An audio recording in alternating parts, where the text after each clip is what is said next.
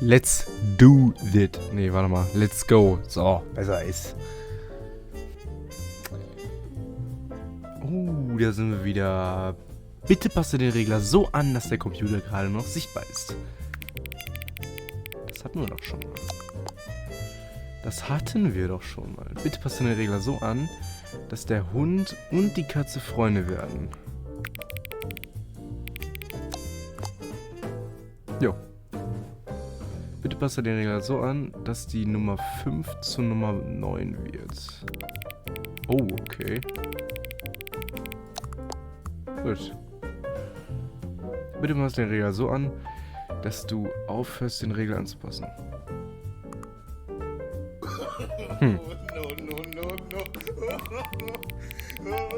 Und das Video ist zu Ende. Spaß, Leute, Spaß. Wir hören jetzt mal. Ja, wo hören wir denn auf? Wir hören in der Mitte auf, okay? So. Welches dieser beiden ausgedachten Wörter findest du ansprechender? Oh, was? Okoboinikal, Okubio, der. Oder Scrumch, safe, oder? Das klingt dann so, oh, da hat es gerade Scrumch gemacht, oder? Ja, egal, machen wir das. Bitte passe den Regler so an.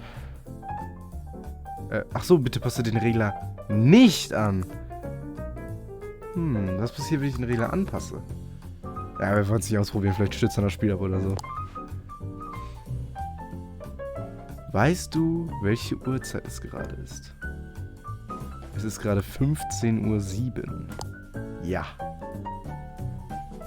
Ist die Uhrzeit, die es gerade ist, die korrekte Uhrzeit? Ja, Digga, als ob ich hier die falsche Uhr habe, Alter. Was willst du von mir? Was ist Zeit überhaupt? Ja? Nein. Ja. Gibt es etwas über dich, das du mir noch nicht erzählt hast? Ja. Hilfe. Ja. Ja, nein. Digga, was? Ja. Wirst du zurückkommen, um mich zu besuchen? Ja. Oh mein Gott, ich liebe diesen Anfang. Ich liebe diesen Anfang. Jedes Mal aufs Neue dieses Spiel zu starten ist so ein wunderbares Gefühl. Und jetzt gehen wir rein ins Spiel Stanley Parable. Wir sehen uns dann gleich in-game. Ich weiß nicht, was wir heute machen. Ne? Also das ist auch lustig. Ich habe nämlich gar keinen Plan. Ich würde einfach mal sagen, dass wir heute dem Sprecher folgen und auf gut Glück einfach mal das machen, was mir dann auf dem Weg einfällt. Ne? Also wir folgen dem Sprecher und was lustig ist, das machen wir dann nicht oder machen wir auch. Was lustig wirkt, keine Ahnung. Wir sehen es dann. Let's go. Ja, ich gehe jetzt angeblich zum Meetingraum, aber wir wollen ja nicht zum Meetingraum, wir wollen When Stanley came to a set of 2 open doors, he entered the door on his... ich wollte noch, das ist mir auch noch eingefallen, ich wollte noch den Erzähler This is the story of a man named Stan. Bisschen leider den ganzen Bums machen. Ja, das ist glaube ich okay. Also er nahm die linke Tür, dann nehmen wir jetzt mal die linke Tür.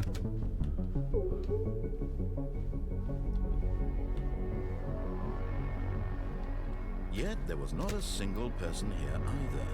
Feeling a wave of disbelief, Stanley decided to go up to his boss's office. Oh mein Gott, die Tür geht auf! Stanley stepped into the broom closet, but there was nothing here, so he turned around and got back on track. Nö. Wir bleiben hier drin. There was nothing here. No choice to make, no path to follow, just an empty broom closet. No reason to still be here. He wasn't even doing anything.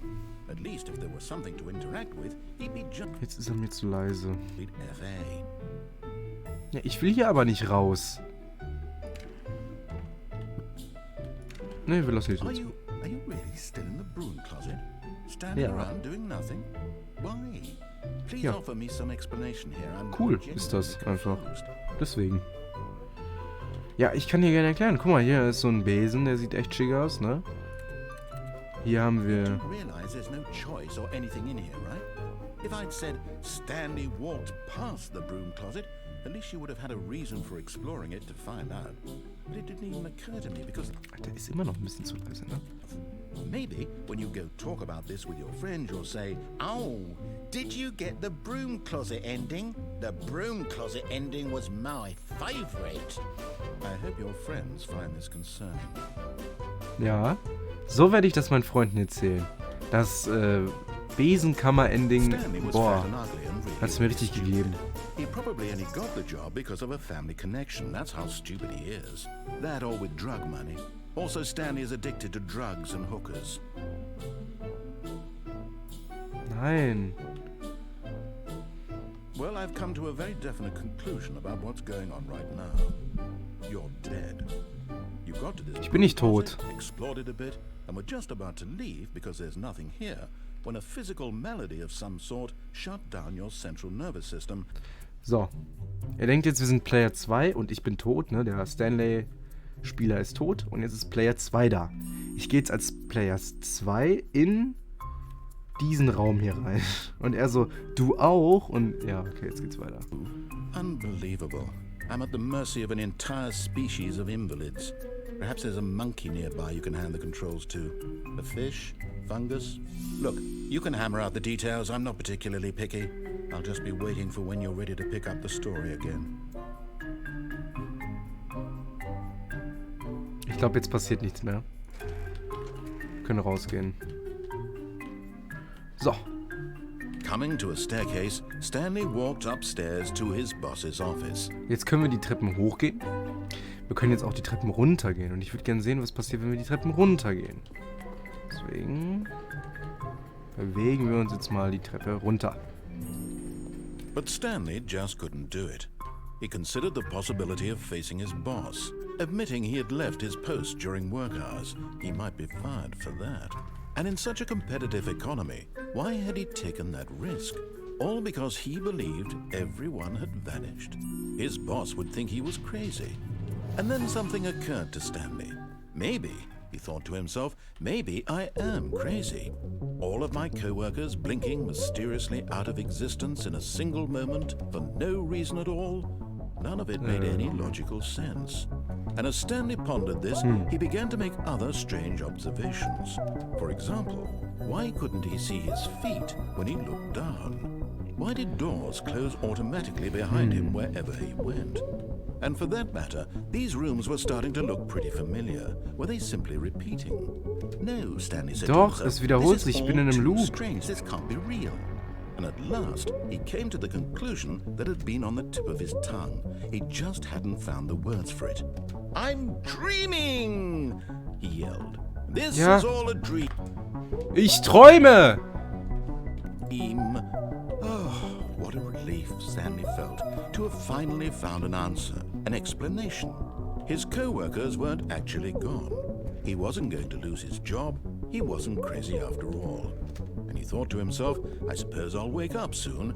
I'll have to go back to my boring real-life job pushing buttons. I may as well enjoy this while I'm still lucid. So, he imagined himself flying and began to gently float above the ground. Then he imagined himself soaring through space on a magical starfield, and it too appeared. It was so much fun, and Stanley marveled that he had still not woken up. How was he remaining so lucid? And then perhaps the strangest question of them all entered Stanley's head. One he was amazed he hadn't asked himself sooner. Why is there a voice in my head dictating everything that I'm doing and thinking? Now the voice was describing itself being considered by Stanley, who found it particularly strange. I'm dreaming about a voice describing me, thinking about how it's describing my thoughts, he thought. And while he thought it all very odd and wondered if this voice spoke to all people in their dreams, the truth was that, of course, this was not a dream. How could it be? Was Stanley simply deceiving himself? Believing that if he... Boah, labert der viel. Jetzt mal ganz kurz, Alter. Der hat jetzt 5 Minuten durchgeplappert und ich laufe hier nur in der Schleife rum. Ich bin gerade hochgeflogen. Ich glaube, das habe ich reingekattet. Ja, oder reingeschnitten. Ich weiß nicht, er erzählt jetzt weiter. Wir sehen uns gleich wieder, wenn wieder irgendwas Sonderbares passiert. Also ich träume übrigens nicht, das hat der Erzähler gerade gesagt. Weil er ja vorhin gesagt hätte, ich träume. Und dann habe ich gerufen, ich träume, weil er gesagt hat, Stanley rief, ich träume. Ja. Ich glaube, ihr habt das alle verstanden. Speak of that he was in control, that this was a dream. So he closed his eyes gently, and he invited himself to wake up. He felt the cool weight Ich versuche jetzt of the blanket on his aufzuwachen, ne? Das ist, ich denke, the es ist press gerade ein of the Traum. mattress on his back, the fresh air of a world outside this one. Let me wake up, he thought to himself. I'm through with this dream. I wish it to be over. Let me go back to my job. Let me continue pushing the buttons. Please, it's all I want. I want my apartment, and my wife, and my job. All I want is my life exactly the way it's always been. My life is normal. I am normal. Everything will be fine. I am okay.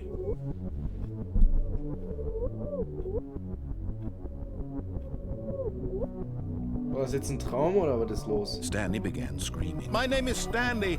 I have a boss. I have an office. I am real. Please, just someone tell me I am real. I must be real. I must be. Can anyone hear Ich my bin voice? real. Who am Ich bin real. Wer bin ich? And Wo bin everything was ich? black. Alles wurde schwarz. This is the story of a woman named Mariella. Mariella woke up on a day like any other. She arose, got dressed, gathered her belongings, and walked to her place of work. But on this particular day, her walk was interrupted by the body of a man who had stumbled through town talking and screaming to himself, and then collapsed dead on the sidewalk. And although she would soon turn to go call for an ambulance, for just a few brief moments she considered the strange man. He was obviously crazy, this much she knew. Everyone knows what crazy people look like. And in that moment, she thought to herself how lucky she was to be normal. I am sane. I am in control of my mind.